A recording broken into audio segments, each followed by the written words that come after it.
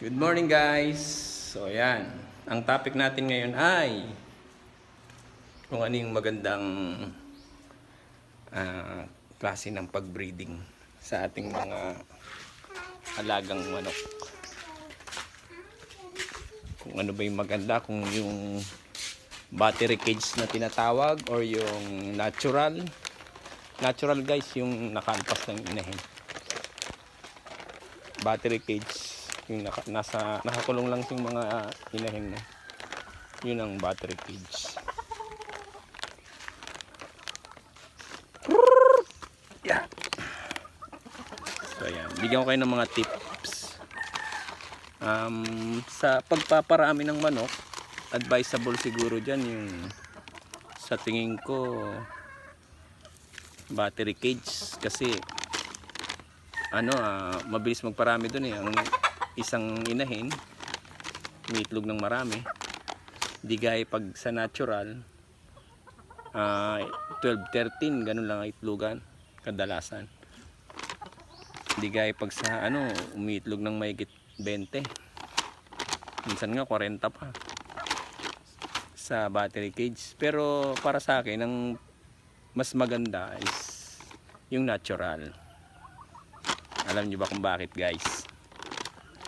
Well, kasi pag natural kasi, unang-una yung inahin hindi siya bugbog sa pangingitlog. Tapos second, ang second niya is hindi sila pilit.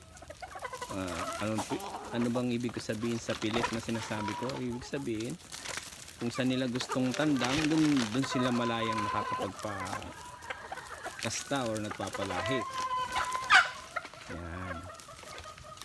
Tapos, ang kagandahan pa niyan guys, pag yung mga gantong natural, yung sisiw niya, pagkapisa, malakas guys. Hindi gaya pag sa incubator, pansinin nyo, pagkapisa, medyo may hina pa ang tuhod, medyo malalambot pa. Pag mga gantong natural guys is napakaganda, malalakas ang sisiw. Yun lang siguro, tatalunin ko sa pagpuproduce ng lahi, ng pagpapalahi. Siguro konti yung sabi nila, pero sa tingin ko hindi naman.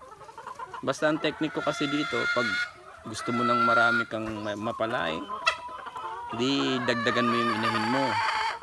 So kung dating ang inahin mo is 10 pieces lang, di mag 30 ka or 20 pieces. Saka tipid pa to guys sa sa patuka. Kasi gala sila, nakakain sila dyan kung saan saan, nakakain sila ng anay, yung mga tira-tirang pagkain ng yan, ganyan. Ang disadvantage ng nanggala na ganito, na hindi sila nakakulong, yung mabilis sila magkasakit. Kasi nga syempre, di ba, ulan, init, tapos kung ano-ano pang nakakain nila.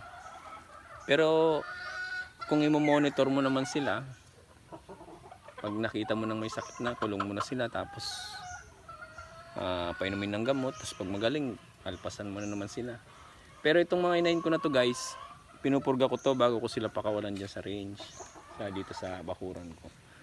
Tapos pagkapurga, tuturuan ko na sila ng vitamins para gumanda ang kanilang mga katawan habang alpas sila.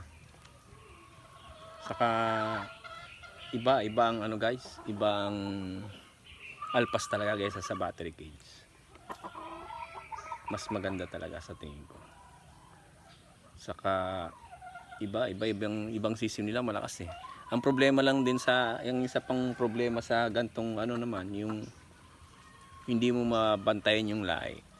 Yung kung saan sila nagpapakasta or saan sila nagpapalaing tandang. Pero dapat pag gantong dapat monitor mo sila para nalalaman mo kung saan nagpapakasta yung inahin na yon, kung dito ba sa puti or dito sa pula. Yan, ganun lang naman guys. Kaya napakadali lang din. Meron din naman kasing inahin na nagpapakasta dito sa pula, nagpapakasta din sa puti, pero bibihira naman yun.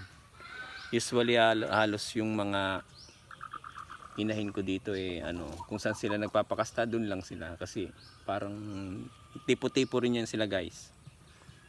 Tipo-tipo rin yan sila. So, yun lang guys ang aking mai-share. Pag kailangan nyo ng mga panlaban, ayan, willing akong i-share ang aking mga alaga. Mag-message lang po kayo at yung mga personal ko mismo ang i-share ko sa inyo pag kailangan. Ayan, message lang guys. Saka subscribe po. Salamat. Bye bye.